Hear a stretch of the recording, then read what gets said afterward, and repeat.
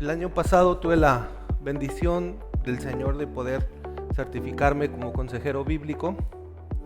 Es un proceso que lleva su tiempo. En la consejería bíblica tengo aproximadamente unos 8 años metido en esto y finalmente pues logramos el propósito. Ha sido un buen año, el año 2022, para la consejería bíblica en español. Y en Estados Unidos, en inglés, la verdad es que está muy desarrollado el asunto y hay varias asociaciones y todos se manejan con un estándar, el estándar de la Asociación de Consejeros Bíblicos Certificados, el ACBC.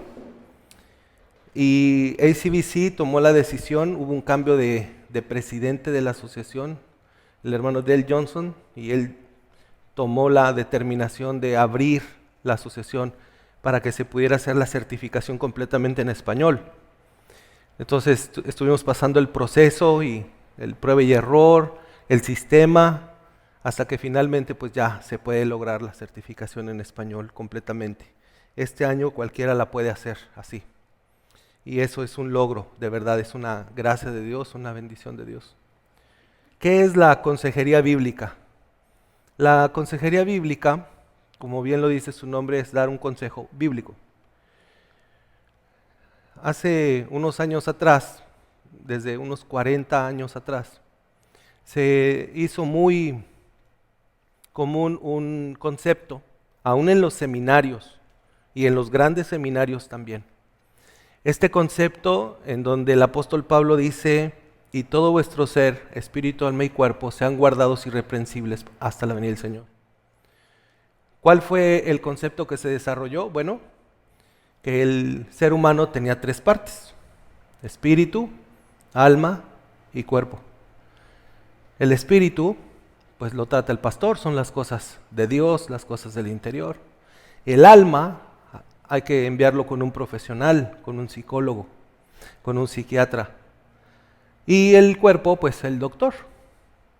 Y la verdad es que la palabra de Dios solamente nos muestra una división de 2 partes del cuerpo: el ser interior y el exterior. En el ser interior podemos encontrar la conciencia, los pensamientos, los sentimientos, las emociones. En hebreo se utilizan las palabras corazón, se utiliza la palabra riñones para mente, por ejemplo. Y hay una variedad, no solamente es 3 partes, es un ser interior y un ser exterior. En las Escrituras lo que nosotros tenemos es todo el consejo de Dios para poder ayudar y poder quitar, atacar, vencer los problemas de la vida. Todo lo que el hombre necesita, dice la palabra del Señor, ahí lo tenemos. Entonces la consejería bíblica utiliza la palabra de Dios para ayudar a los creyentes en cualquier asunto de su vida a poder salir victoriosos a través de, obviamente, un proceso. Hoy en día esto ha traído como un revuelo, porque hay algunas cosas que la palabra de Dios le llama pecado y la psicología les llama enfermedades. Y entonces hay un uso desmedido del yo. El Señor Jesucristo nos invitó a morir a nosotros mismos, no a que nosotros saliéramos primero antes que Él.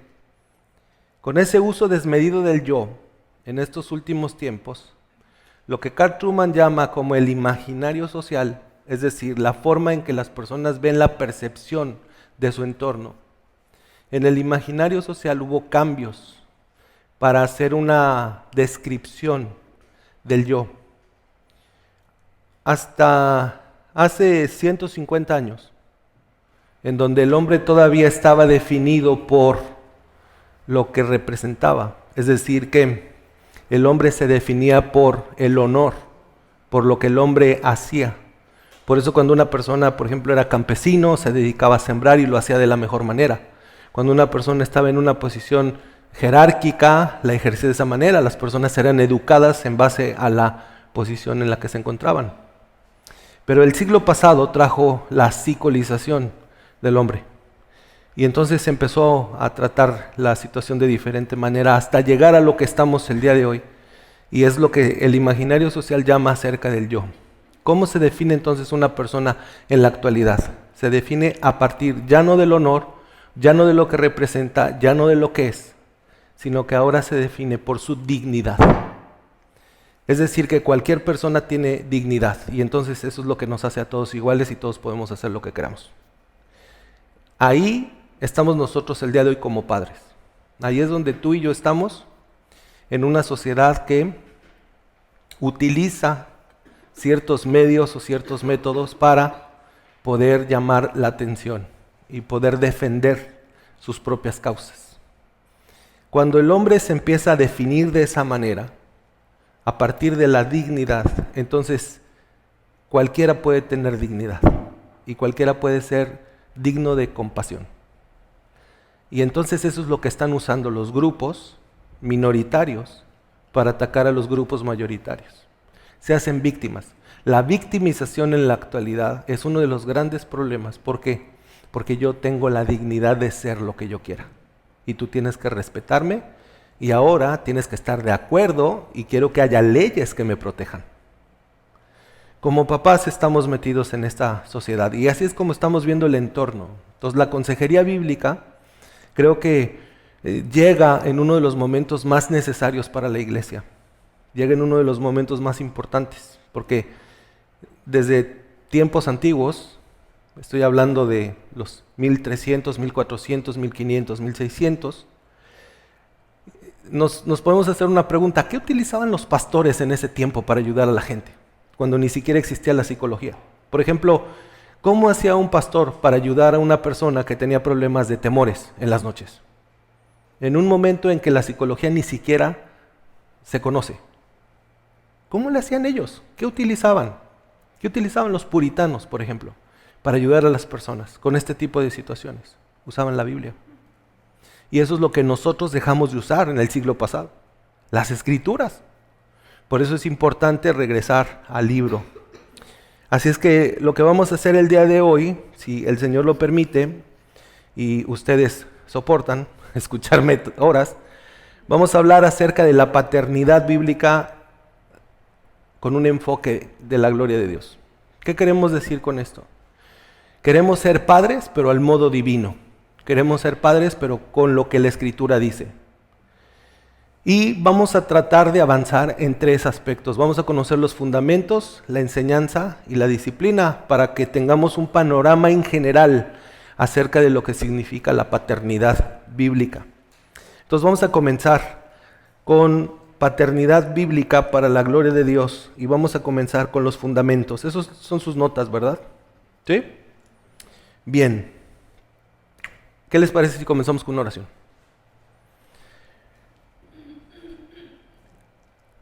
Señor, muchas gracias porque tú nos has dado tu palabra. Y el día de hoy, Señor, estamos aquí reunidos para ser atentos a ella. Así que, Padre, nos ponemos en tus manos para que sea tu Espíritu quien ilumine nuestras mentes y nuestros corazones, de tal manera, Señor, que podamos ver la verdad a través de este estudio. Estamos en tus manos, Señor, en el nombre de Jesús. Amén. Cada hijo es un regalo del Señor. Esto es una realidad.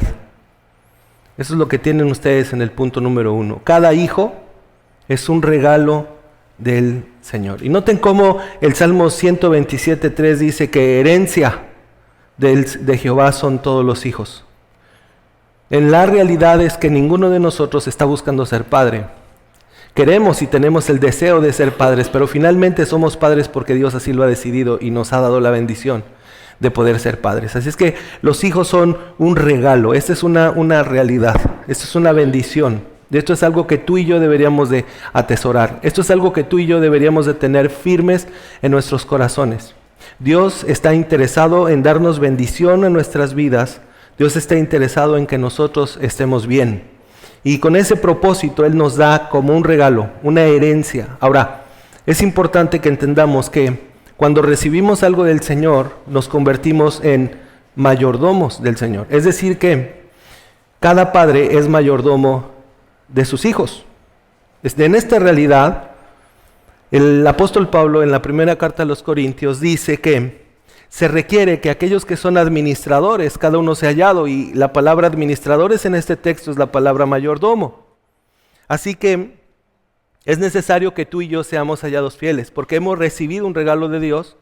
También tenemos la necesidad de ser fieles a Dios, de que entendamos que nuestros hijos le pertenecen a Él y son parte del reino de los cielos. Ahora, no me malinterpreten, no creo que si un padre es cristiano, sus hijos van a ser cristianos en automático. Ustedes van a ver que vamos a tener la necesidad como padres de predicar el evangelio a nuestros hijos. Lo que estoy diciendo es que cuando somos creyentes y Dios nos ha dado algo, un regalo, tenemos que ser buenos mayordomos para cuidarlo, como si fuera algo que no fuera de nosotros.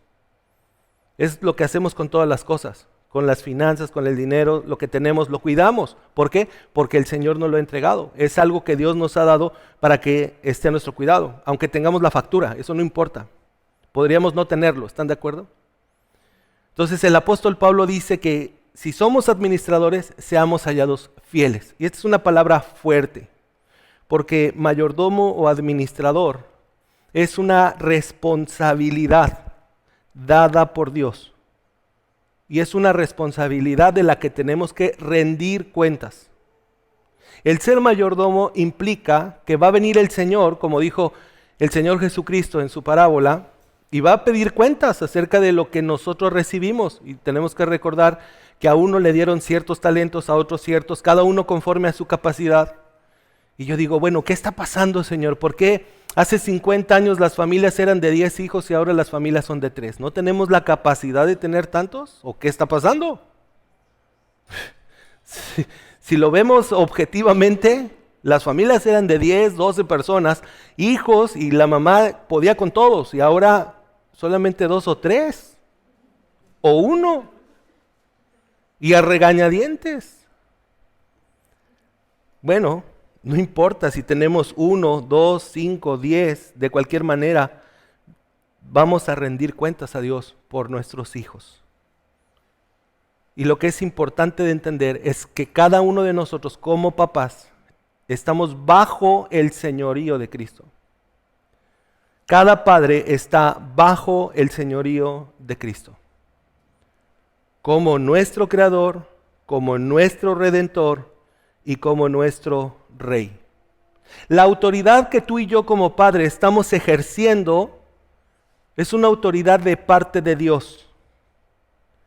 Y eso significa que tú y yo no podemos dirigir a nuestros hijos en nuestra propia agenda, bajo nuestros propios términos o para nuestra propia conveniencia. Tenemos que entender que estamos bajo la autoridad de Dios y somos parte de esa autoridad que Dios está ejerciendo sobre sus hijos, nuestros hijos, bajo sus términos, es decir, bajo su palabra. Y eso significa que tú y yo tenemos que dirigir a nuestros hijos en nombre de Dios para su bien. Tenemos que hacerlo con el método de Dios. ¿Por qué? Los padres no son la autoridad final de sus hijos. Los padres no son la autoridad final de sus hijos. Si nosotros definiéramos la relación o pudiéramos describir la relación entre lo que es una relación de padres e hijos, pudiéramos utilizar esta palabra, autoridad. Pero realmente la mejor palabra que nosotros podemos usar para definir esta relación entre padre e hijo es guiarlo. Es instrucción, es enseñanza. Y esto es algo que nosotros encontramos en las Escrituras. En la carta a los Efesios, ustedes padres no provoquen a ir a sus hijos, sino críenlos, guíenlos en la disciplina e instrucción del Señor. Esto es importante, que entendamos que nosotros como padres somos guías de nuestros hijos. Obviamente en este proceso en donde nosotros estamos ayudando a nuestros hijos a crecer y a creer en el Señor, también tenemos que ayudarlos a que ellos puedan tener una comprensión de sí mismos desde la perspectiva bíblica. Hoy en día les acabo de explicar cómo ve el mundo las cosas, pero cómo nos ve Dios a nosotros. Es decir que a nuestros hijos Tienen una identidad que Dios les dio. Ellos no necesitan buscar una identidad, porque esa identidad ya la tienen. Y nuestra labor como padres al guiarlos es ayudarles a entender estas cosas, es ayudarles a entender el mundo en el que vivimos y cómo es que el mundo se está desarrollando. Hay padres que están pastoreando a sus hijos sin darse cuenta que sus hijos tienen la necesidad de que ellos vean los dones y las virtudes que Dios les ha dado y qué es lo que están haciendo con ellos. Entonces, como padres, no estamos enseñando a los hijos para que entiendan solamente el qué de las acciones infantiles, sino también el por qué. Y muchas veces se nos olvida enseñar a nuestros hijos el por qué. Así es que como padres queremos ayudar a que nuestros hijos se comprendan a sí mismos como criaturas hechas por Dios y para Dios. Eso lo podemos ver claramente porque nosotros no somos la autoridad final de nuestros hijos. Por eso es que sabemos que la paternidad es una grandísima oportunidad para discipular a nuestros hijos. La paternidad es una gran oportunidad de discípulo para poderlos ayudar a que ellos puedan ver las cosas de la palabra del Señor, enseñarlos en ese sentido. Y tengo una cita, y ese es el ejemplo aquí en Jueces, en el capítulo número 2, y ustedes saben bien qué fue lo que pasó. Después de que se le delega la autoridad de parte de Josué muere, y entonces, ¿quién se queda al mando? ¿Cómo se delega esa autoridad? La realidad es de que el libro de los Jueces nos presenta qué fue lo que sucedió. Y lo que sucedió fue que esos hombres que llegaron a la tierra prometida como la primera generación de la tierra prometida no conocía al Señor. Y es una tragedia increíble. Esa primera generación de hijos que nacieron en Palestina, allí en la tierra prometida, no sabían ni quién era Dios. Ni siquiera sabían lo que Dios había hecho. Cuando nosotros vemos en la palabra la descripción continua una y otra y otra y otra vez acerca de lo que Dios ha hecho con su pueblo. Yo soy Jehová que te saqué de la tierra de Egipto. De hecho, cuando nosotros llegamos a los mandamientos en Éxodo 20, antes de que el Señor te pida que tú cumplas un mandamiento, Él te recuerda qué fue lo que Él hizo contigo. Es decir, no es un autoritario. Él simple y sencillamente viene y te dice, yo soy por eso tú debes hacer esto. Y eso es bueno porque lo estamos haciendo con nuestros hijos nosotros. ¿Le estamos explicando el por qué o solamente le estamos diciendo el qué? Así es que hay una falla ahí y creo que es una falla muy grande. ¿Por qué? Porque ellos no estaban haciendo lo que Dios quería que ellos hicieran. Ellos estaban haciendo su voluntad. Número 1, los padres encaran luchas cuando el hogar es padre céntrico o hijo céntrico. ¿Han escuchado este concepto de padre céntrico o hijo céntrico en algún momento? ¿No? Bien. Hay luchas. Vamos a definir un hogar padre céntrico. Estoy tomando la definición de Paul Tripp. Cuando fallan en vivir de acuerdo a nuestras expectativas. Escucha, nos encontramos enojados contra ellos. Cuando fallan en vivir de acuerdo a nuestras expectativas, nos encontramos enojados contra ellos.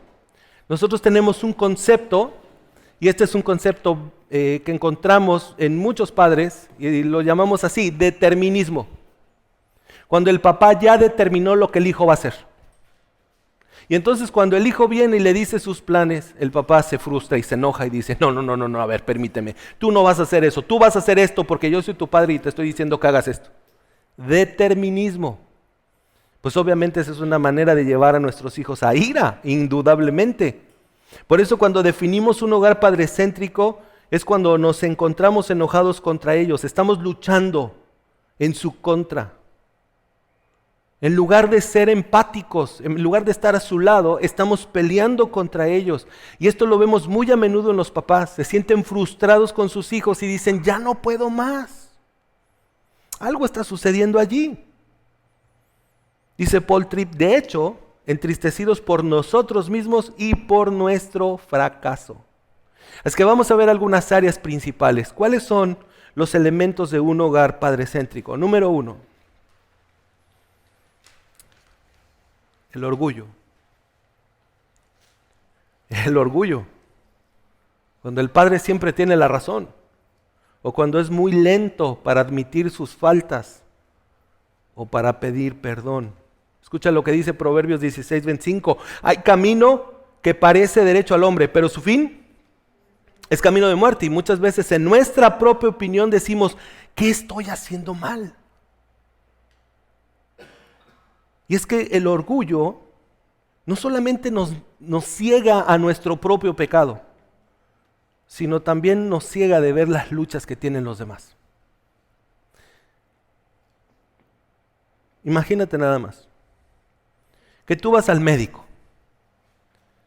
y vas al oftalmólogo y te recibe la secretaria del doctor y te dice, en un momento lo atiende el doctor. Tú quieres saber qué pasa en tus ojos porque no estás viendo adecuadamente. Esperas un momento en la sala de espera y de repente sale nuevamente la asistente del doctor y te dice, es su turno, adelante. Y hay un hombre en la puerta, ciego. Y es el doctor. ¿Tú permitirías que él te revisara? ¿Permitirías que él viera tus ojos y que te diera un tratamiento para ellos? Pues de la misma manera nuestros hijos no van a confiar en nosotros. Ellos no van a querer nuestra corrección si nosotros estamos ciegos también a nuestro propio pecado, a nuestras propias inconsistencias y a nuestras propias fallas. Y lo que hace el orgullo es que pasa por alto eso de nosotros y ellos lo están viendo.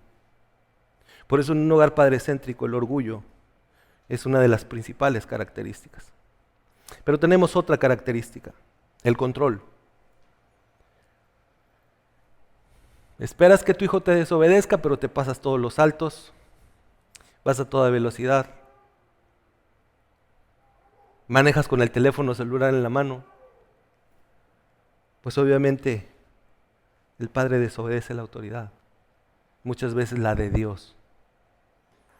La hipocresía, número 3. Esperando que los hijos se comporten de cierta manera, pero justificando su propia manera. La hipocresía es horrible, es algo increíble, pero que sucede mucho en nosotros como padres. Queremos que nuestros hijos hagan las cosas de una manera, pero no estamos dispuestos a hacerlo nosotros. Y esto es interesante porque una de las primeras enseñanzas del Señor Jesucristo en el Sermón del Monte, en Mateo capítulo número 7, es precisamente esta. Y cuando nosotros leemos estos textos, pensamos en problemas que tenemos con otras personas, pero no pensamos en las situaciones que vivimos con nuestros hijos. Cuando el Señor Jesucristo dice en el versículo número 5 del capítulo 7 de Mateo, hipócrita, es una palabra fuerte, ¿están de acuerdo con ello? Saca primero la viga de tu propio ojo para que puedas ver bien la paja que está en el ojo de tu hermano. Y muchas veces hay una viga en nuestro ojo, pero estamos viendo la paja en nuestros hijos. La hipocresía. Ocupados. Número 4. Y esto es cada vez más común. Negligentes para disponer tiempo con cada uno de nuestros hijos. Y te voy a decir algo. Si tú no hablas con tus hijos, alguien más va a hablar con ellos. Te preocupa que se encuentren con alguien en las redes sociales, con alguien que les haga daño, con alguien que esté buscando, ¿verdad?, sacar alguna ventaja de ellos, pero no te sientas a hablar con ellos. No les das un tiempo determinado. Hemos perdido eso de nuestras vidas. ¿Y esto qué significa? Que el enfoque está en el padre, no en los hijos. Siempre están ocupados. Y usamos esta palabra, negligentes, porque esta es una verdad. Ahora, inconsistencia, número 5. ¿Por qué inconsistencia? Porque un día eres el padre que es fuerte, es firme, etcétera, pero el siguiente día ya no. Porque al siguiente día tal vez tú estás haciendo algo mal y entonces te sientes mal un falso sentido de culpabilidad y entonces dices, bueno, está bien, hijo, no importa, adelante. Entonces el hijo se confunde, no hay consistencia. Escucha lo que dice Proverbios 26, muchos hombres proclaman cada uno su propia bondad, pero hombre de verdad, ¿quién lo hallará? Aquel que se mantiene con firmeza, aquel que se mantiene ajustado a lo que ha dicho, que sus palabras son congruentes con sus hechos. Número 6, centrado en sí mismo. Cuando todas las elecciones, todas las decisiones están en el Padre y en sus deseos, en lo que yo quiero. Yo no me siento a preguntarle a mi hijo si él quiere. Ahora vamos a las clases de natación y el hijo se te queda viendo y te dice, ¿por qué? Porque yo digo. Pero ¿es bueno que aprendan a nadar, sí o no? Sí, es bueno, claro, es algo cultural, deberían todos de saber nadar. Entonces, ¿por qué no le explicas eso? Porque te pones en una posición de dictador, porque todo gira en torno al Padre, en sus deseos. 7, impaciente. La idea es, quiero que mi hijo haga esto, ahora, ya. Recoge tu ropa, ya. Tiende tu cama, ahorita.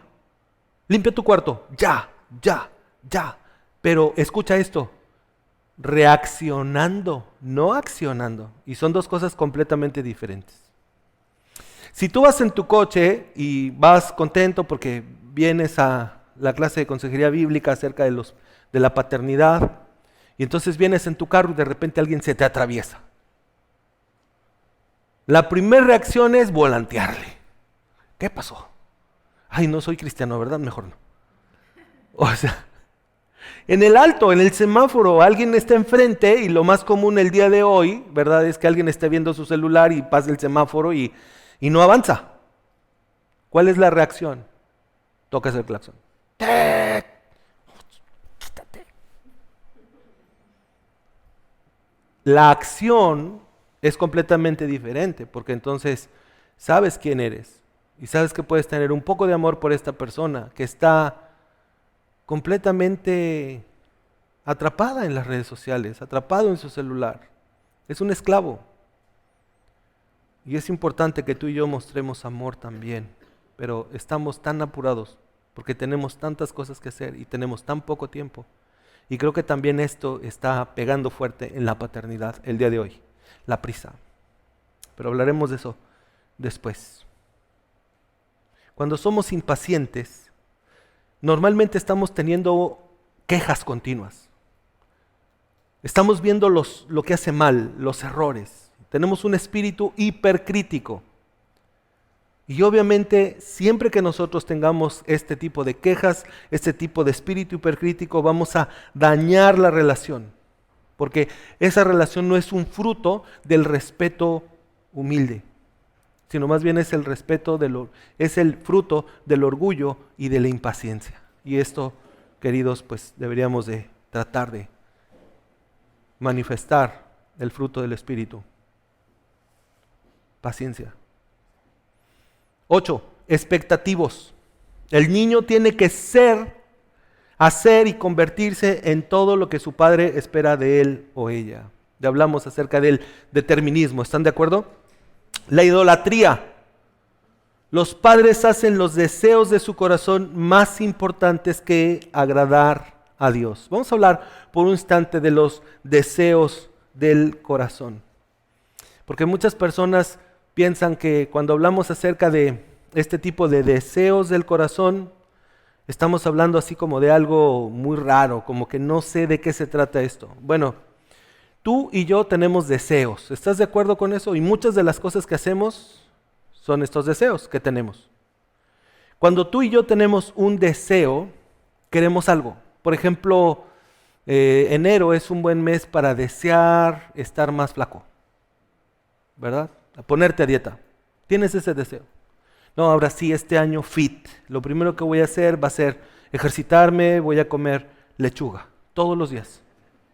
2 de enero te presentas en H-E-B, están por abrir las puertas, tú ya estás listo, compras todas las lechugas que hay ahí. la verde, la romana, la roja, la de esta, todas las llevas ahí. El carrito va lleno de lechugas. Y entonces pruebas tu primera ensalada. No te gustó. Y entonces dices, bueno, ya entendí por qué mis amigos dicen que comer ensalada todos los días es como de caballos. Y yo no soy un caballo. Pero voy a tratar de comer fit. Voy a hacer un sacrificio. Le voy a echar ganas. Y te mantienes los primeros días. Firme. Tu ensalada. Vamos. Llega 14 de febrero. Hay muchos chocolates por doquier. Entras a una tienda de chocolates, entras a otra tienda de chocolates, entras a otra tienda de pasteles y caes. Primera foto del Instagram en el año. Estás cenando una rebanada grande de pastel de chocolate porque es 14 de febrero. No les quiero hablar cómo va a acabar el 10 de mayo. Pero ya como por agosto, ya está poniendo los buffets y todas las cosas. Nuestros deseos cambian, tienen intensidades. Hay cosas buenas, hay deseos buenos que tenemos.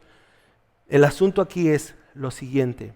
Dios nos pide, Éxodo 23, no tendrás dioses ajenos delante de mí. Algunos ídolos del corazón.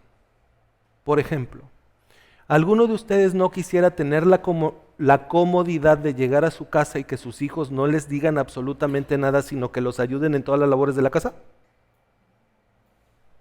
¿Sí o no? Es un deseo.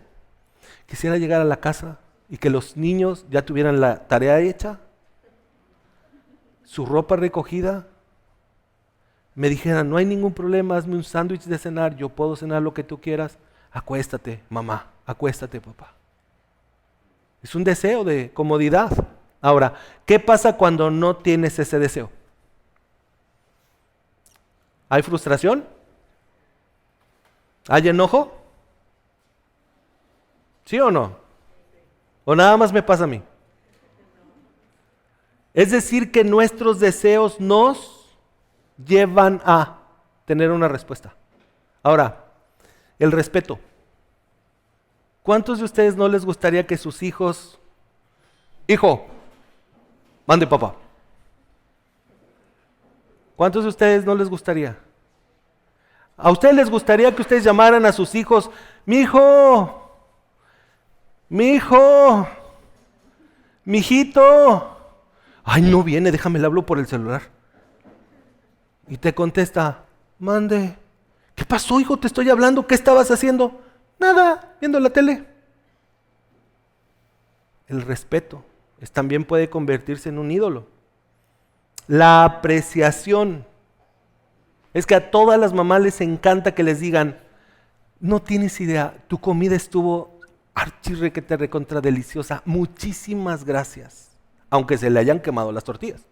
Todas las mamás quisieran escuchar eso, ¿sí o no? Qué rico te salió la sopa, mami, muchas gracias. Cuando las personas no aprecian lo que tú haces por ellos, ¿qué es lo que pasa? Se desencadena ira. Hay una respuesta. Porque acuérdense que cuando no tenemos lo que deseamos, nos frustramos. El éxito espiritual, educacional, ocupacional, el control. Quieres que tus hijos siempre estén bajo tu control. No quieres que ninguno se te pase. Tú quieres tener el control de todas las cosas. Eso puede ser un ídolo del corazón para un padre. Ahora, ¿cómo sabemos que algo es un ídolo en nuestras vidas? Y me gustaría ir a Ezequiel 14:4, porque esto no nos lo sacamos de la manga, ¿eh? Vamos a ver lo que dice la palabra de Dios. En el libro de Ezequiel, del profeta Ezequiel, hay una palabra de parte de Dios y dice lo siguiente: háblales por tanto y diles así ha dicho Jehová el Señor, cualquier hombre de la casa de Israel que hubiere puesto sus ídolos en su corazón. No necesitas tener una imagen para adorar algo. Con que tú fijes eso en tu corazón, se convirtió en algo que tú estás adorando. Entonces tenemos unas preguntas. ¿Cómo saber cuando algo se ha convertido en un ídolo en tu corazón? La primera pregunta es esta: ¿cómo respondes cuando no obtienes lo que quieres? ¿Cuál es tu respuesta cuando no tienes lo que tú quieres? ¿Cuál es tu respuesta cuando no te sientes cómodo? Cuando crees que no te están respetando. ¿Cuál es tu respuesta cuando no aprecian lo que tú haces por los demás? ¿Cuál es tu respuesta cuando no tienes el éxito que estás buscando? ¿Cuál es tu respuesta cuando no tienes el control de todo?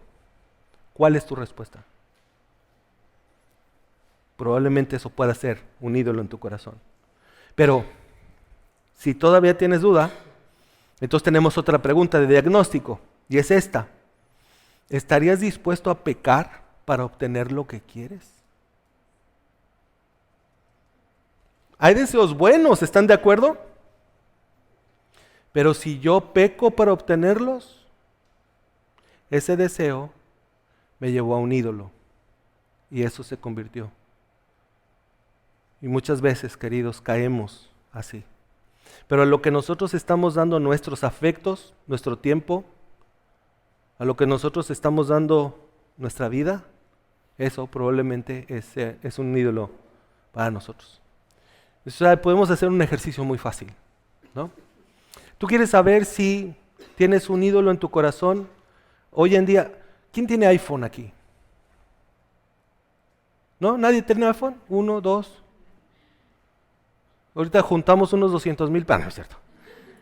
Bueno, el iPhone tiene una bendición de Dios para todos los creyentes. Yes. Esto es increíble. Mira, si supiéramos que iba a pasar esto, todos los creyentes deberían de tener iPhone. Tú abres el iPhone y le dices, ¿cuánto tiempo pasé en la pantalla? Y te da un análisis. Y entonces le dices, quiero saber cuánto tiempo pasé en la pantalla ayer, en las últimas 24 horas. Y el iPhone te va a decir, bueno, en las últimas 24 horas tú estuviste 6 horas en el Facebook. Y tú dices, ay, no puede ser, si no fue tanto. 4 horas en el Instagram. Ay, no, pues si eran bien poquitas fotos. Ay, no le alcanzo, porque como pone así como una tabla, ¿verdad? Y no le ves y dices, 1 minuto en Biblia. Ah, caray. Sí, es que leí la del devocional y pues eran 2 versículos. A lo que tú le estás dando tu tiempo, tu atención, tus afectos, tus recursos, es lo que está dominando tu vida. Por lo tanto, ese es tu ídolo. Espero que sea el Señor. Espero que gastemos tiempo en la palabra, tiempo con el Señor, tiempo en oración, buscándolo, anhelando estar en su presencia. Pero si no, entonces por eso la pregunta, ¿estarías dispuesto a pecar para obtener lo que quieres? Bueno, hemos definido entonces lo que significa un hogar padrecéntrico con algunas características, ¿verdad? Pero ahora vamos a definir un hogar hijocéntrico o niñocéntrico. ¿Qué es un hogar niñocéntrico? Bueno, un hogar niñocéntrico, estoy tomando el concepto de Lou Priolo, que tiene un libro espectacular, Corazón de enojo se llama ese libro, donde el hijo cree y se le permite comportarse como si la casa entera, sus padres, sus hermanos y hasta el perro existirían con el propósito de agradarle a él. ¿Conocen algún lugar así? ¿Una casa así? ¿Cuáles son los elementos de un hogar niñocéntrico? En primer lugar, no hay consecuencias. En ese hogar no hay consecuencias. El niño puede estar pecando claramente y los padres permiten que se salga con la suya. No hay ningún inconveniente.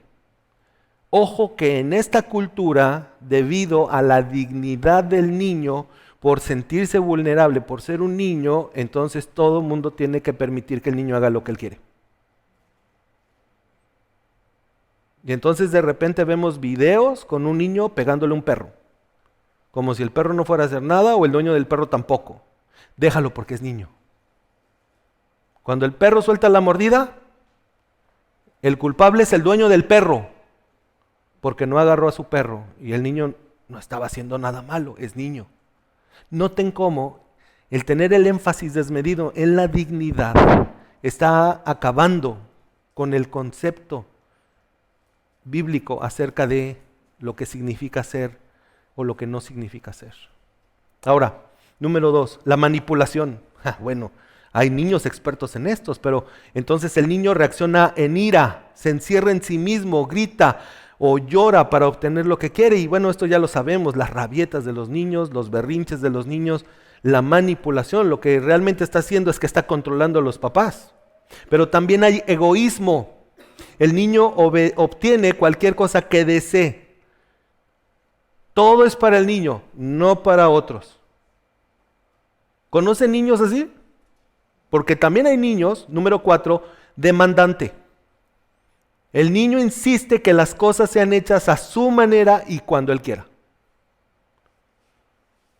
Ahorita, la atención la quiero ya, tú estás aquí para servirme, y entonces viene el chantaje.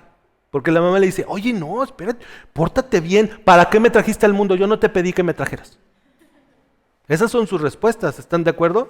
Estamos en medio de un hogar niñocéntrico. Número 5, prioridades. El niño se convierte en más importante que el cónyuge, y aquí tenemos un problema muy grande en la actualidad. Porque tenemos muchos divorcios en la misma casa de papás cristianos. Porque la mamá se pasó atendiendo a los niños, siempre estuvo con ellos, no los dejó, estuvo allí a su lado y entonces no le puso la atención que Dios le pide a la esposa que le tenga al esposo. Y entonces pasó el tiempo y los niños fueron al kinder, a la primaria, a la secundaria, a la preparatoria, terminaron en la universidad, se casaron, y durante todo ese tiempo que los niños estuvieron en la escuela, esa relación se enfrió. Porque no cumplieron el mandato que Dios le pide al esposo y a la esposa. Y entonces los niños se van de la escuela, se van de la casa porque encuentran ya ahora una pareja en la vida, y ahora ¿qué hacemos? Si lo que nos daba sentido de la vida eran ellos. Y entonces se dan cuenta de la realidad. 2 perfectos extraños en la misma casa. ¿Por qué? Porque los papás nunca tuvieron la atención de atender a su esposo o de atender a su esposa. Siempre estaban atendiendo a sus hijos, una prioridad. Por eso nosotros debemos siempre de tener un tiempo especial. Siempre, siempre con la pareja. 6, responsabilidades. El niño no tiene responsabilidad alguna ahí. Los padres hacen todo para el hijo. Número 7, comunicación. El niño dice a los padres qué hacer como si fuera un igual o estuviera a cargo. Esto es interesante porque creo que todos somos parte de una familia, los papás y los hijos somos parte de una familia, todos estamos en el mismo círculo, pero creo que también hay prioridades, porque mira, tú como papá entiendes las cosas desde esta perspectiva. Fíjate bien. Si tú, por ejemplo, quieres hacer un paseo, quieres hacer un viaje, quieres hacer algo, cosas, ¿verdad? Tienes un presupuesto. ¿Sí? Dices, bueno, me alcanza para irnos de vacaciones 5 días. Pero el niño se quiere quedar 10 en Disneylandia y no quiere ir a Los Ángeles, quiere ir al de París. Y entonces dices, bueno, pues sí, nunca hemos ido a París, pero es que el niño quiere. Pero aquí traigo la American Express. Y agarra la deuda. Ahora se los voy a poner en cosas más nobles. Quiero el último Nintendo, Xbox 380, 4800, el que ustedes quieran, el más nuevo, el que los juegos valen $100. Y quiero 5 juegos.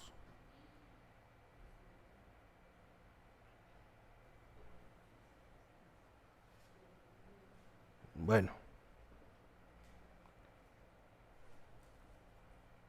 Hijo, es que no, yo lo quiero.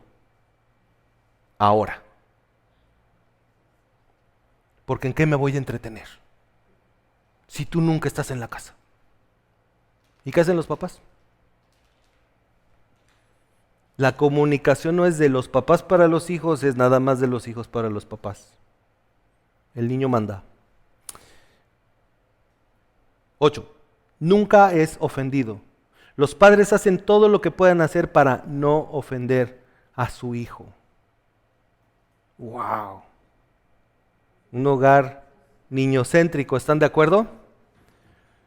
Bueno, ya vimos el hogar niñocéntrico y el hogar padrecéntrico, pero vamos a ver cuáles son los elementos más severos, ya sea de un hogar niñocéntrico o de un hogar padrecéntrico. Y esto es algo que tenemos que tomar muy en consideración, porque por estadísticas sabemos que cuando un niño ha vivido de esta manera, ya sea en un hogar cuando los padres son así, o cuando los hijos son así, o se manifiestan estas características, estas son algunas de las cosas o de los elementos severos. Situaciones abusivas, abuso físico, sexual y emocional. Muchas veces el niño a los 15 años comete algún acto indebido. Hay conflictos de padrastros, madrastras como resultado de divorcios, de involucramiento sexual previo al matrimonio. Hay abuso de drogas, abuso de alcohol de parte del hijo, incluso hijos suicidas, problemas sexuales. ¿Por qué? El internet, las relaciones sexuales presentes, incluso homosexualidad, violaciones legales por el padre o los hijos. O sea, aunque nosotros podemos decir, oye, eso es mucho, eso es lo que pasa cuando hay un hogar padrecéntrico o un hogar niñocéntrico. Esas son las cosas más fuertes que suceden. A lo mejor no lo ves al inicio, pero después te das cuenta que sí. Aquí en la ciudad de Piedras Negras fuimos testigos de un caso de un joven que sin más acuchilló a un perro. ¿Cuál es la razón? ¿Y saben qué fueron la nota de los vecinos para la prensa? Es que él siempre ha sido así. Sus papás nunca le dijeron nada. Pues se tuvo que ir de la ciudad porque la gente estaba persiguiéndolo. Pero la violencia desmedida. Ahora, es importante que nosotros tengamos en cuenta que las consecuencias, y es importante tomar esto en cuenta, las consecuencias de tener un hogar así. Pero, número 2, tenemos una solución. Los padres tienen una solución. Y la solución es el hogar cristocéntrico. Y vamos a ver las características del hogar cristocéntrico. Un hogar cristocéntrico se deriva del principio bíblico de que el propósito de cada cristiano es glorificar a Dios. Es lo que dice el apóstol Pablo en 1 Corintios 10, 31. Es un hogar centrado en Dios. Un hogar que está tan centrado en Dios que donde cada quien está comprometido a servir y agradar a Dios. ¿Eso qué significa? Significa que los deseos de Dios son exaltados por encima de cualquier otro. Obviamente, en esa familia se espera que todos sacrifiquen placer personal si es que así la voluntad de Dios lo requiere. Hasta aquí, en esta descripción de un hogar cristocéntrico, y aquí hay hermanos pastores, hasta aquí podríamos decir, eso es lo que la gente espera de la casa de un pastor. Pero es lo que Dios espera de todos los hogares, no nomás del pastor. El pastor es el que está en el reflector, pero Dios espera que en nuestros hogares cada uno de nosotros desarrollemos a cada uno de los individuos que forman parte de la familia para estar comprometidos en servir y agradar a Dios. No porque tengo que hacerlo porque soy el pastor, no porque eres el hijo del pastor o la esposa del pastor, no, porque eso es lo que Dios espera de cada familia. Obviamente, eso que nos enseña, que los hijos son enseñados a servir, a ser siervos más que a ser servidos, a honrar más que a ser honrados. Incluso son enseñados a dar más que a recibir, y eso significa que sean más amorosos en lugar de ser egoístas. Así que vamos a ver algunos elementos de un hogar diocéntrico o cristocéntrico. Número 1, los elementos de un hogar diocéntrico. La primero, verdad. La verdad está allí. Obviamente sabemos que la verdad, la fuente de la verdad es la palabra de Dios. La palabra de Dios que ha sido inspirada por Dios y que es suficiente para cualquier cosa. Escuchen lo que dice el apóstol Pablo en 2 de Timoteo. y que desde la niñez has sabido las sagradas escrituras, las cuales te pueden hacer sabio para la salvación por la fe que es en Cristo Jesús. Ahora, toda la escritura es inspirada por Dios y útil para enseñar. ¿Para qué más? ¿Para qué más? Y para instruir en justicia. Esto es increíble. En un hogar diocéntrico, la palabra de Dios va a tener la razón por encima de la razón de los padres o de los hijos. Mira, hijo, no es lo que yo digo, es lo que Dios nos pide, a los dos. Porque muchas veces el hijo ve la instrucción y entonces ve un fariseo. Porque ve que el padre me pide que yo haga algo que él no está haciendo. Cuando el padre se somete a las escrituras, no solamente está haciendo, sino que también le está pidiendo al hijo que lo haga. Pero no porque él lo dice o porque se le ocurrió, sino porque Dios así lo ha pedido. Porque la palabra de Dios es viva y eficaz. Esto es increíble. Este texto es maravilloso del libro de los Hebreos. Y me gusta mucho porque describe a la palabra de Dios como más cortante que toda espada de dos filos, que penetra hasta partir el alma y el espíritu, las coyunturas y los tuétanos. Y esta parte es muy interesante. Discierne los pensamientos y las intenciones del corazón. Cuando tú te sometes a la palabra de Dios, la palabra de Dios va a hacer, ahí van a ser deshechos todos tus argumentos.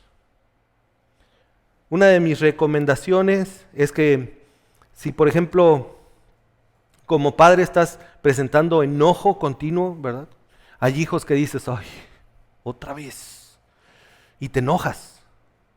Allí es importante que busques textos acerca del enojo. Hoy en día, por la gracia de Dios, tenemos como 5 libros, muy buenos libros que hablan acerca de la ira, y están en español. Tú quisieras estudiar uno de estos libros y aprender más por qué estás manifestando esta ira, porque puede ser que haya algo en tu corazón de lo que no estás completamente viendo y que está provocando esta reacción, que no es una reacción que sea fruto manifiesto de una vida espiritual. Por eso la escritura es importante, discierne los pensamientos, las intenciones del corazón. Número 2, adoración. Ahí hay adoración, hay un ambiente continuo de amar al Señor con todo el corazón, con todo el alma, con la mente, fortaleciendo y amando a otros, como lo dijo el Señor Jesucristo, amar al Señor. Un hogar de adoración no es un hogar en donde no pueda haber cosas que proclaman o que declaran lo que dice la Escritura, sino es un hogar en donde hay un ambiente en donde Dios es lo número uno. Porque una cosa es hablar de Dios y otra cosa es vivir delante de Dios. Todos nosotros podemos hablar de Dios, mucho. Pero vivimos delante de Él y somos conscientes que delante de su presencia estamos y que Él está en medio de nosotros y que ahorita está presente. El punto es que en un hogar donde Dios es el centro, todo se percibe a partir de ahí. Y entonces el hijo va a poder tener temor de Dios. No, yo no voy a contestar así a mi padre. Dios está viendo. Dios está presente. Y yo sé que no estoy honrando a mi padre. Y tú te preguntas, ¿y cómo va a saber el hijo eso? ¿Cómo saben los hijos estas cosas? Porque el padre se las enseña. Número 3, glorificando a Dios. ¿Qué significa esto? Pensar y actuar como el Señor Jesucristo. Glorificar a Dios. Tengo varios textos ahí en Mateo. Este es mi Hijo amado en quien tengo complacencia. O 1 Corintios 10:31, hacedlo todo para la gloria de Dios. O Filipenses 2:5, que haya pues en nosotros el mismo sentir que hubo también en Cristo Jesús. Escucha este texto es muy muy bonito, en Colosenses 1:16, porque en Él fueron creadas todas las cosas, las que hay en los cielos, las que hay en la tierra, visibles e invisibles, sean tronos, sean dominios, sean principados, sean potestades, todo fue creado por medio de Él y para Él, en Él. El punto focal es Él, a Él sea toda la gloria por los siglos de los siglos. El apóstol Pablo como pueden ustedes ver en estas últimas citas de Corintios, de Filipenses, de Colosenses, y ahí tenemos una de Romanos, el apóstol Pablo en su teología no estaba hablando solamente un mensaje. No. El mensaje de Pablo era Cristo. El mensaje de Pablo era la cruz. Y todo lo que Pablo habló se derivó de la cruz. Todo se relacionó acerca de cómo fue que el Señor Jesucristo murió, cómo hizo que el pecador fuera reconciliado con Él, cómo fue que pudiéramos ser perdonados. Y todo esto lleva a Pablo a estas expresiones. El reconocer lo que hace Dios en nuestras vidas nos lleva a glorificarle. Finalmente, número 4, corazón. Tratando asuntos del corazón, no solamente conductas externas. Y es que muchas veces los papás somos así como que, bueno, ¿por qué mi hijo haría esto? Es que así es él. Pero ¿cuál es la razón? Bueno, pues yo entiendo que tiene la naturaleza pecaminosa, pero si nosotros hacemos un análisis de esta parte del Evangelio, ahí en Mateo capítulo número 15, vamos a ver algo muy interesante. Escucha esto. Porque del corazón salen los malos pensamientos, los homicidios, los adulterios, las fornicaciones, los hurtos, los falsos testimonios y las blasfemias. Ahora, hay un asunto con las emociones. Tú y yo, delante de Dios, no somos responsables de nuestras emociones. Pero sí somos responsables de lo que hacemos como producto de ellas. Entonces las emociones son como un indicador, como cuando tú vas manejando en tu coche y de repente se te prende un testigo, uno de esos foquitos, y se prende el testigo del motor. Y tú dices, algo le pasa al carro, lo tienes que revisar. Las emociones son eso en nuestro interior. Despegan y dicen, a ver, algo está pasando aquí, algo pasa aquí. Tienes que detenerte y tienes que revisar el carro. Ahora, ¿de qué sí somos responsables? Bueno, ¿cómo sabemos que no somos responsables delante de Dios por nuestras emociones? Dime dónde en las Escrituras encuentras un texto que te diga, cambia las emociones. Ninguno. Todos los textos en las Escrituras nos llevan a cambiar nuestras obras, a cambiar lo que hacemos, no lo que sentimos. Entonces, sabiendo esto, que la Escritura nos manda a cambiar lo que hacemos, ¿qué es lo que nosotros hacemos? Lo que nosotros hacemos son nuestros pensamientos, lo que nosotros decimos, nuestras palabras, y lo que obramos, las acciones, nuestras obras. Ahora, vamos a regresar aquí en Mateo 15. Porque del corazón salen los malos pensamientos, los homicidios, los adulterios, las fornicaciones, los hurtos. ¿Esas qué son? Obras. Y finalmente los falsos testimonios y las blasfemias. ¿De qué está hablando? De lo que nosotros decimos. Eso significa que ¿de dónde sale todo lo que nosotros hacemos? Del corazón. ¿De dónde sale todo lo que tu hijo hace? Del corazón, de su corazón. Esa es la razón por la que tenemos la advertencia, sobre toda cosa guardada, guarda tu corazón. ¿Sabes por qué? Porque el corazón de tu hijo va a determinar cómo responde a lo que tú le dices como padre, a tu crianza. Si el corazón de tu hijo está extraviado y envuelto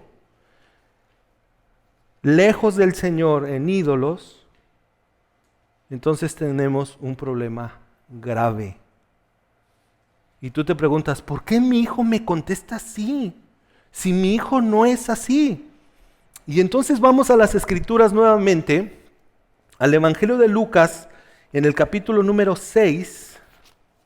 Y en el Evangelio de Lucas, en el capítulo número 6, vamos a ver, es un capítulo largo aquí. En el versículo número 45 dice, el hombre bueno del buen tesoro de su corazón saca lo bueno. El hombre malo del mal tesoro de su corazón saca lo malo. Porque de la abundancia del corazón habla la boca. Ya sabes de dónde viene. Sí, del corazón. Ese es algo interesante porque muchas veces estamos buscando culpables.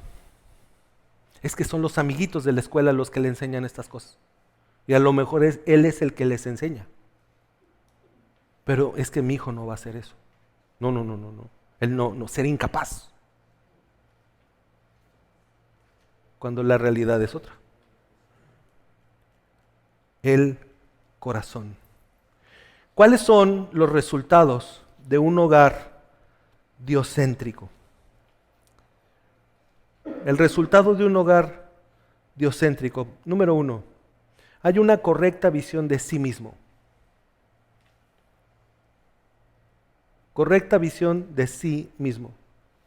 La manera en que vemos a Dios es adecuada. A través de la palabra. Porque toda la Escritura es inspirada por Dios y útil para enseñar, para redarguir, para corregir, para instruir en justicia. Pero también podemos ver correctamente a otros. Hay una correcta visión de otros. Por eso cuando hay un hogar diocéntrico, cristocéntrico, podemos vivir en paz con los demás, aún con nuestros enemigos. ¿Y de qué manera es esta visión correcta hacia otros? Amándolos. Amándolos y sirviéndoles. Y esto lo podemos ver claramente en esa relación que hay con el cónyuge o en la relación que hay con los hijos. Cuando hay un hogar diocéntrico, tú encuentras a los dos sirviéndolos. El esposo, cuando va de camino a la casa, sale de la oficina, estuvo 10 horas allí, tuvo infinidad de problemas durante todo el día que había que resolver, y él va pensando dos cosas. O puedes ir pensando que ahorita que llegue a la casa me voy a sentar en el sillón, quiero que me den el control, mientras que mi esposa me hace algo de cenar, o a lo mejor viene y me soba los pies. Es el paraíso para todos los hombres, ¿no? En términos bíblicos, ese hombre debería de venir pensando, bueno, ahorita que llegue a la casa voy a ver en qué ayudo a mi esposa. A lo mejor llego y la voy a llevar a algún lugar a cenar, o yo le voy a hacer de cenar y voy a ver qué se le ofrece. Porque el siervo sirve. Y el que quiera ser el primero, tiene que ser el que sirva. Así como Jesús. Por eso cuando hay un hogar diocéntrico, no solamente los ama, sino les sirve.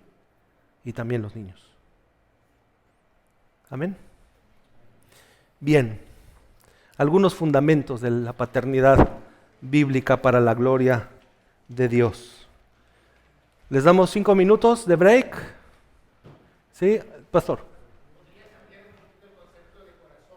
Sí, claro que sí. Uh-huh.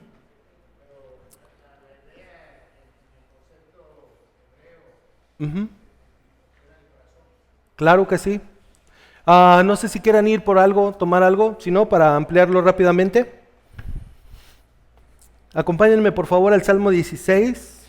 Yo usé este salmo este domingo para hablar algo acerca de esto. En el Salmo número 16 es un salmo que se nos presenta como el tesoro escondido de la Biblia. Carlos Spurgeon lo puso como la gran gema, la gema preciosa. En el Salmo número 16 vemos varios pasajes en donde encontramos al Señor Jesucristo. Decimos que es un pasaje en donde podemos encontrar a Jesús, pero también podemos encontrar a un corazón puro y a uno no. Y entonces lo que yo quiero que ustedes vean aquí es el corazón puro y el corazón que no es puro, para hablar acerca de esto. En el Antiguo Testamento vamos a ver 3 palabras que se utilizaban para describir al corazón o al interior o al ser interior del hombre. Dice así, Salmo 16, guárdame, oh Dios, porque en ti he confiado. Oh alma mía, dijiste a Jehová, tú eres mi Señor, no hay para mi bien fuera de ti. Para los santos que están en la tierra y para los íntegros es toda tu complacencia. Se multiplicarán los dolores de aquellos que sirven diligentes a otro Dios. No ofreceré yo sus libaciones de sangre, ni en mis labios tomaré sus nombres. Jehová es la porción de mi herencia y de mi copa. Tú sustentarás mi suerte. Las cuerdas me cayeron en lugares deleitosos, y es hermosa la heredad que me ha tocado. Bendeciré a Jehová, que me aconseja, aún en las noches me enseña mi conciencia. A Jehová he puesto siempre delante de mí, porque está a mi diestra, no seré conmovido. Se alegró por tanto mi corazón, y se gozó mi alma. Mi carne también reposará confiadamente, porque no dejarás mi alma en el Seol, ni permitirás que tu santo vea corrupción. Me mostrarás la senda de la vida, en tu presencia hay plenitud de gozo, delicias a tu diestra para siempre. Noten por favor, en versículo número 2. Oh alma mía, dijiste. Se habla a sí mismo. Le habla a su propia alma. Y es interesante que nos hablamos a nosotros. Oh alma mía, dijiste a Jehová. Él está hablando internamente. Y la primera palabra que utiliza para referirse a su interior es alma. Ahora bien, dijiste, tú eres mi Señor. No hay para mí bien fuera de ti. Para los santos que están en la tierra y para los íntegros es toda mi complacencia. Vean cómo hay un deleite en que el alma esté ligada a Dios, en que el Señor sea su Señor. Y dije, fíjense cómo lo expone de esta manera, tú eres mi Señor. Eso fue lo que dijo su alma, tú eres mi Señor. Y entonces, ¿qué es lo que hay? Complacencia, deleite. Verso 4, se multiplicarán los dolores de aquellos que sirven diligentes a otro Dios. No ofreceré yo sus libaciones de sangre, ni en mis labios tomaré sus nombres. Ahorita lo vamos a regresar a ese texto. Jehová es la porción de mi herencia y de mi copa. Tú sustentarás mi suerte. Las cuerdas me cayeron en lugares deleitosos, y es hermoso la heredad que me ha tocado. Cuando vemos en primera instancia esa parte del texto, tenemos que entender que para Israel era muy importante la heredad. Ahora acuérdense que ellos llegan a la tierra prometida y hay que repartir la tierra. Y entonces lo que está diciendo David, porque es un salmo de David, es que las cuerdas me cayeron, es decir, la repartición que yo recibí, la herencia, la tierra que tengo, las cuerdas. La división de los terrenos se hacía como hoy en día, hoy se usan teodolitos, en aquel tiempo eran cuerdas. ¿Para qué? Para poder definir los puntos de aquí para acá y de acá para allá. Y David así lo expone. Las cuerdas me cayeron en lugares deleitosos, y es hermosa la heredad que me ha tocado. Él está agradecido con Dios, no tanto por el terreno que tiene, sino porque es Dios. Ahora, bendeciré a Jehová que me aconseja. Aún en las noches me enseña mi conciencia. Y ahí tenemos otra palabra para interior. En hebreo esa palabra es riñón. Entonces te imaginas, te amo con todo mi riñón. Pero para ellos, para los hebreos, esa era la palabra que utilizaban para lo más profundo de su ser interior. Por eso cuando hacemos un análisis exegético de esta palabra, sabemos que esa es una palabra que hace referencia a lo más profundo, lo más dentro de tu ser interior. Entonces ya tenemos dos palabras, tenemos alma, tenemos esta conciencia que podríamos traducir como pensamientos, como mente o literalmente riñón o riñones, ¿verdad? Y dice mi esposa, no digas así, se oye muy feo. Pues yo ¿qué quieres que haga? Pues eso es lo que dice el texto. Ahora nota, a Jehová he puesto siempre delante de mí, porque está a mi diestra, no seré conmovido. Se alegró por tanto mi corazón. Nuevamente hace referencia al ser interior, mi corazón, y se gozó mi alma. Nuevamente, vean cómo él habla acerca del deleite que es estar con el Señor, porque hay deleites. Se gozó, en este caso mi alma, se alegró mi corazón. En el versículo número 3, toda mi complacencia, no hay para mí bien fuera de ti, en ti he confiado. Noten por favor cómo cuando el Señor es lo más importante para él, su ser interior tiene una respuesta positiva. una respuesta en donde Él se puede deleitar y en donde Él puede disfrutar la vida. Hasta que el punto llega a el versículo número 11, porque hay una confianza plena en el versículo número 10. No dejarás mi alma en el Seol. Esta carne, no importa, porque noten cómo el versículo número 9, mi carne también reposará confiadamente, y está hablando del físico, porque no dejarás mi alma en el Seol. Yo tengo la plena confianza de que en ti estoy seguro y contigo voy a estar por toda la eternidad. No vas a permitir que tu santo vea corrupción. Me mostrarás la senda de la vida, en tu presencia hay plenitud de gozo, delicias a tu diestra. Vean el deleite de estar con el Señor, el deleite de estar ahí. Regresemos al verso 4. Se multiplicarán los dolores de aquellos que sirven diligentes a otro Dios. Esta en español, en nuestra Reina Valera, es una traducción de una sola palabra en hebreo. El sentido del texto en el hebreo es los que corren diligentemente tras, como los que persiguen hasta alcanzar. En la Nueva Biblia de las Américas dice eso, los que corren tras. Ahora, ¿qué va a pasar cuando sirven, cuando sigues, cuando persigues otros dioses? Dolor. Eso es lo que pasa. Cuando tu corazón persigue otros deleites, cuando tu corazón va tras otras cosas, va a haber dolor. Vamos a verlo de una forma más sencilla. Amarás al Señor tu Dios con todo tu corazón, con toda tu mente, con todo tu ser. Cuando tus pensamientos, tus palabras, tus acciones están centradas en Dios, ¿cómo va a ser tu vida? La Biblia dice que vas a manifestar el fruto del Espíritu. Amor, gozo, paz, paciencia, benignidad, bondad, fe, mansedumbre, templanza, dominio propio. ¿Ok? ¿Cómo están entonces tus emociones? ¿Te sientes satisfecho? ¿Te sientes alegre? El Señor Jesucristo dice una verdad. El que bebe el agua que yo le daré no volverá a tener sed jamás. Tú te sientes bien contigo. Hay contentamiento, hay un deleite, como dice el salmista. ¿Sí? Ahora, ¿qué pasa cuando tú no estás glorificando a Dios? Estás glorificando otra cosa, estás persiguiendo otra cosa. ¿Cuál va a ser el fruto de eso? Entonces los voy a poner al revés. Viene una persona a nosotros en consejería. Pastor, necesito consejería. Ok, vamos a reunirnos. Te reúnes con esta persona y te empieza a platicar. A ver, cuéntame tu historia. Fíjese, pastor, que me he sentido muy mal últimamente, he estado como deprimido, estoy muy triste, de verdad no sé qué me está pasando, pero hay noches que no puedo dormir, de hecho no tengo mucha hambre, es que tengo muchos problemas y la verdad es que no sé qué hacer, yo la verdad pienso que hasta estoy dudando de Dios y de todas estas cosas y pues yo necesito que usted me ayude, pastor. Ok.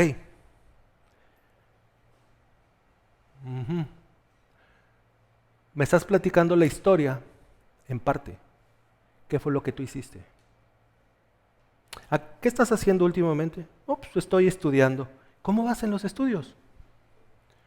No, pues ahí la llevo. ¿Cómo? Sí, pues no me ha ido muy bien.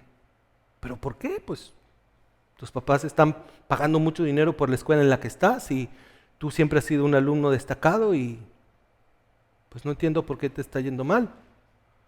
Bueno, pues es que este último semestre, pues la verdad reprobé muchas materias y pues yo creo que ya no voy a regresar a la escuela porque pues no pude. ¿Por qué? Pues es que la verdad es que en un examen me estaba copiando y me encontraron. ¿No estudiaste para ese examen? Pues es que tuve que salir con mis amigos y entonces no tuve oportunidad de estudiar. Entonces ya te vas dando cuenta por qué se siente como se siente. Porque sus acciones lo llevaron a eso. La gente nos cuenta lo que siente. Y es lo que vemos en las personas. Tristeza, ansiedad, dolor, amargura, etc. ¿Qué hicieron? Por eso les digo, vamos a empezar por el final. Cuando estamos adorando al Señor, ¿cuál es el resultado? Gozo, plenitud, satisfacción, alegría. Pero cuando no lo estamos haciendo así, ¿cuál es el resultado final? Tristeza, depresión, dolor. Entonces, si nos regresamos, ¿qué es lo que estás haciendo? Indudablemente que no estás adorando al Señor, porque estás adorando algo más. Persigues algo que crees que te va a dar satisfacción. Hay algo más en tu vida que crees que puede llenar el único lugar que puede llenar Dios. Y lo estás haciendo. Y muchas veces nosotros papás, los ídolos de nuestro corazón son nuestros propios hijos o nosotros mismos. Yo no voy a fallar como padre. ¿Cómo? Si yo soy el pastor de la iglesia, yo no puedo fallar. Mis hijos tienen que echarle ganas y ser perfectos, y la presión contra los hijos y el golpeteo. Porque ¿qué van a decir de mí? Y entonces presiono hasta que los amargo. Es decir, que los llevo a ira. ¿Por qué? Porque tengo un ídolo. En lugar de confiar y descansar en el Señor para que el Señor haga las cosas y el Señor me ayude con ellos, ¿quién es el único que puede cambiar el corazón? Dios. Nadie más. ¿Por qué yo me enfoco en quererlo cambiar? No puedo. ¿Están de acuerdo? ¿Respondí? Gracias.